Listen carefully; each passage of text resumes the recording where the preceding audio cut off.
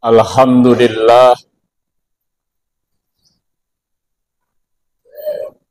alladzi arsala rasulahu bil huda wa dinil haqq liyuzhirahu 'ala dini kullih walau karihal musyrikun walau karihal munafikun walau karihal kafirun. Asyhadu an la ilaha illallah wahdahu la syarikalah wa asyhadu anna Muhammadan abduhu wa rasuluh.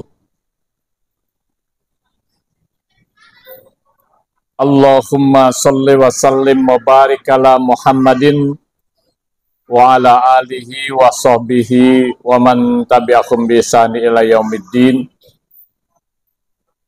Amma ba'du faya ibadallah, usikum wa nafsi wa iyaya bitaqwallah faqad fazal muttaqun.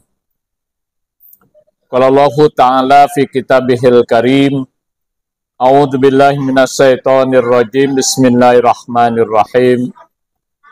Ya ayyuhalladzina amanu taqullaha wal tanzur nafsum ma qaddamat lighad wattaqullaha innallaha khabirum bima ta'malun. Sadaqallahul adzim. Ma'asyiral muslimin, sidang Jumat rahimani wa rahimakumullah. Puji syukur kita panjatkan kehadirat Allah Subhanahu wa taala atas berbagai macam nikmat dan karunia yang senantiasa Allah curahkan kepada kita semua. Salawat dan salam semoga tercurah pula kehariban baginda Rasulullah Muhammad sallallahu alaihi wasallam. Kesempatan yang mulia di hari Jumat yang kita kenal dengan Sayyidul Ayyam, kita manfaatkan untuk senantiasa menjaga, memelihara, meningkatkan keimanan dan juga ketakwaan kita kepada Allah Subhanahu wa taala sebagai bekal utama kita saat kita memasuki kehidupan yang kekal dan abadi, kehidupan akhirat, termasuk juga bekal saat kita berada di alam dunia sekarang ini. Allah Subhanahu wa taala mengingatkan, wa tazawwadu fa inna khairal zadi taqwa. Berbekalah kamu dan sebaik-baiknya bekal itu adalah takwa kepada Allah Subhanahu wa taala. Tema khutbah Jumat kita hari ini saya sampaikan 4 hal yang bisa kita jadikan landasan dalam kita bermuhasabah, mengintrospeksi diri di penghujung tahun 2023 Masehi. Hadirin sidang Jumat rahimani wa rahimakumullah. Kita pahami bersama bahwa pergantian waktu dalam pandangan Islam, baik pergantian jam, pergantian hari, pergantian pekan, bulan, tahun, abad, milenium, dan seterusnya, itu adalah hal yang biasa, bukan hal yang luar biasa. Dan pergantian waktu, termasuk pergantian tahun Masahiyah yang sebentar lagi akan kita sama-sama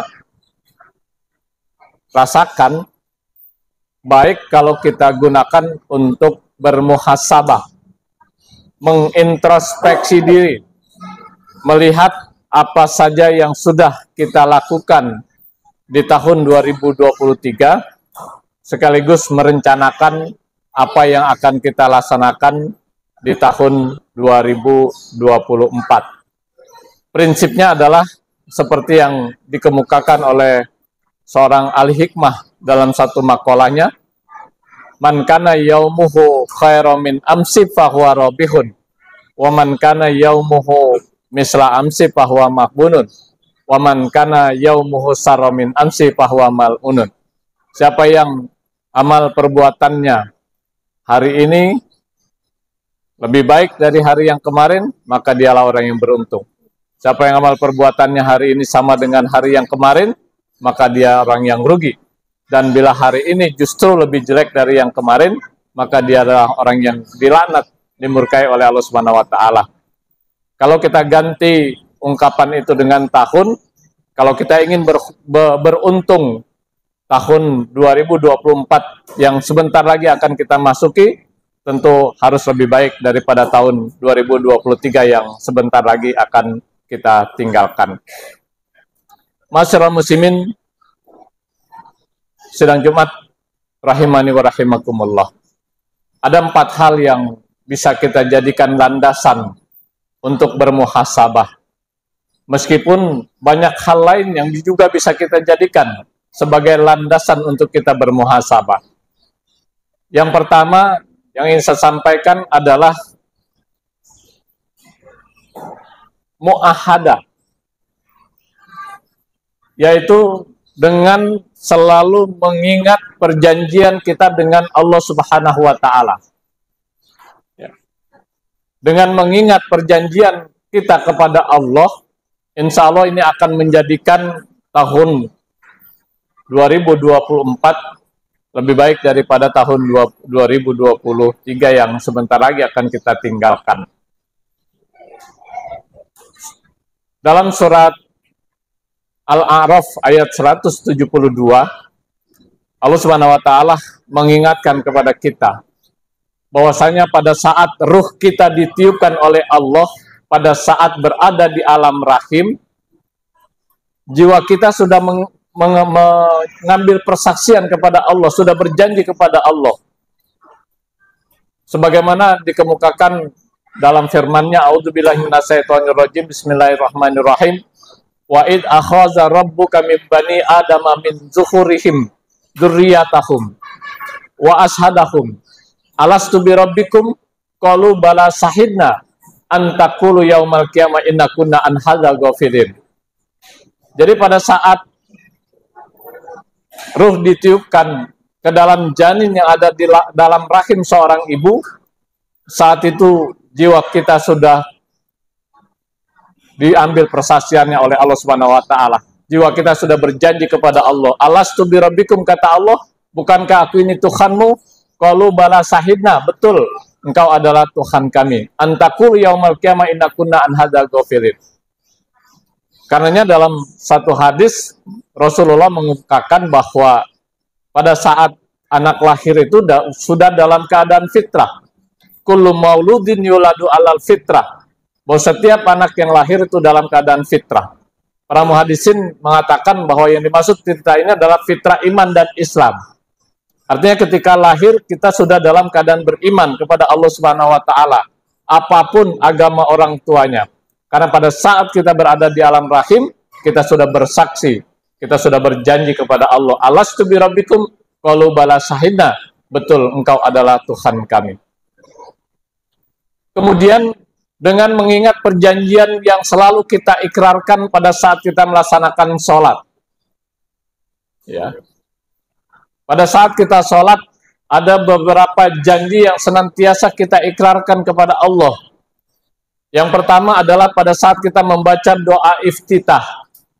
Salah satu penggalan doa iftitah adalah inna sholati wa nusuki wa mahyaya wa mamati lillahi rabbil alamin. Sesungguhnya sholatku, ibadahku, hidupku, matiku lillahi rabbil alamin, hanya untuk Allah Tuhan semesta alam.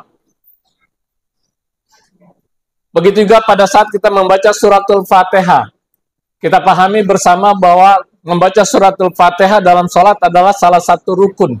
La sholata liman lam yaqra bi fatihatil kitab, kata Rasulullah. Tidak sah sholat seseorang tanpa membaca umul kitab, tanpa membaca suratul Fatihah. Dalam salah satu ayat suratul Fatihah itu kita juga berjanji, berikrar kepada Allah. Iyyaka na'budu wa iyyaka nasta'in. Hanya kepadamu lah kami menyembah, kami mengabdi, kami beribadah. dan hanya kepadamu-lah kami minta pertolongan. Begitu juga pada saat kita tasahud, baik tasahud awal maupun tasahud akhir, kita ikrarkan dua kalimat syahadat, asyhadu an la ilaha illallah wa asyhadu anna Muhammad Rasulullah. Nah, dengan mengingat perjanjian kita kepada Allah, ini merupakan salah satu wasilah yang akan mengantarkan kita lebih baik di tahun 2024 yang akan datang ketimbang di tahun 2023 yang sebentar lagi akan kita tinggalkan. Hadirin sidang Jumat rahimani wa rahimakumullah. Landasan yang kedua adalah mujahadah.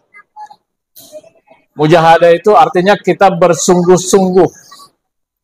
Bersungguh-sungguh dalam melaksanakan perintah-perintah Allah dan juga bersungguh-sungguh dalam meninggalkan larangan-larangan Allah.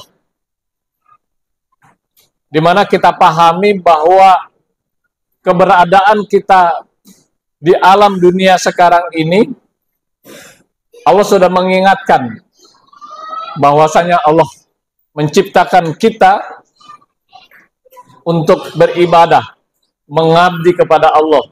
Sebagaimana dikemukakan dalam surat Az-Zariyat ayat 56.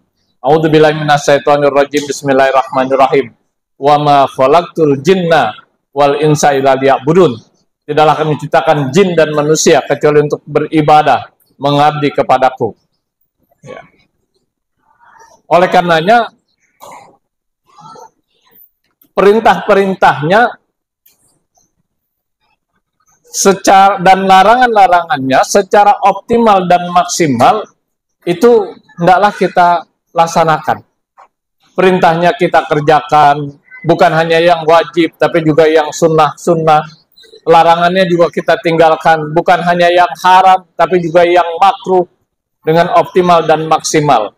Sehingga kita selalu berada dalam kerangka beribadah kepada Allah Subhanahu wa Ta'ala di setiap aktivitas kita. Dari kita bangun tidur sampai kita mau tidur lagi, bahkan dalam tidur itu sendiri dalam kerangka pengabdian kita kepada Allah Azza wa Jalla. Kemudian landasan yang ketiga adalah muraqabatullah.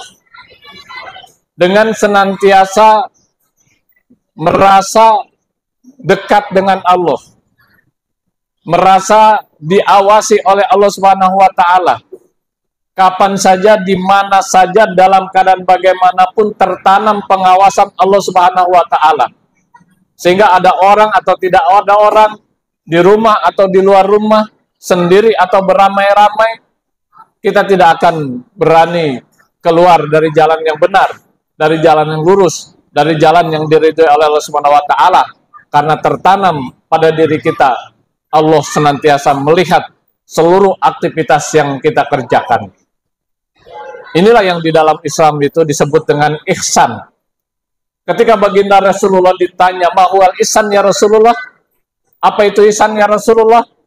Al-ihsanu anta budallah ka'annaka tarahu fa ilam takun tarahu fa innahu yaraka.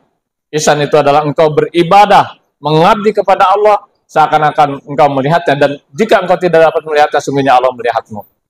Yang terakhir yang bisa kita jadikan landasan untuk bermuhasabah adalah mu'aqabah.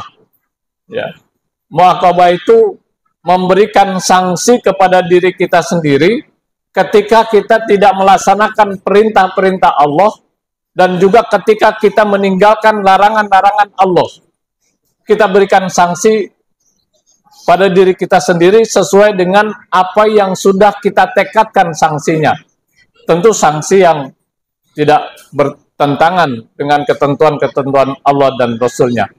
Bahkan bukan hanya ketika kita meninggalkan perintah-perintah Allah, bukan hanya ketika kita mengerjakan larangan-larangan Allah, ketika kita sudah beriltijam untuk melaksanakan sesuatu kemudian tidak kita kerjakan, kita berikan sanksi.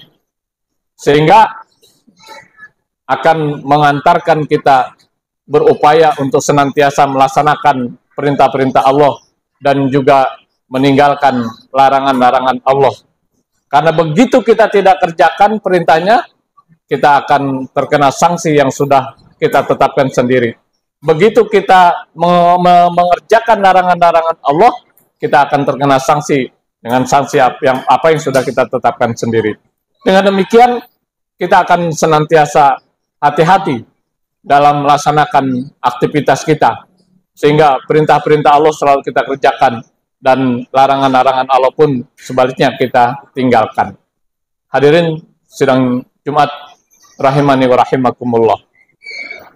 4 hal ini bila kita jadikan landasan, kita jadikan pijakan, kita jadikan pedoman dan juga tuntunan saat kita memasuki tahun 2024, insya Allah akan mengantarkan kita tahun 2024 akan lebih baik daripada tahun 2023 yang sebentar lagi akan kita tinggalkan.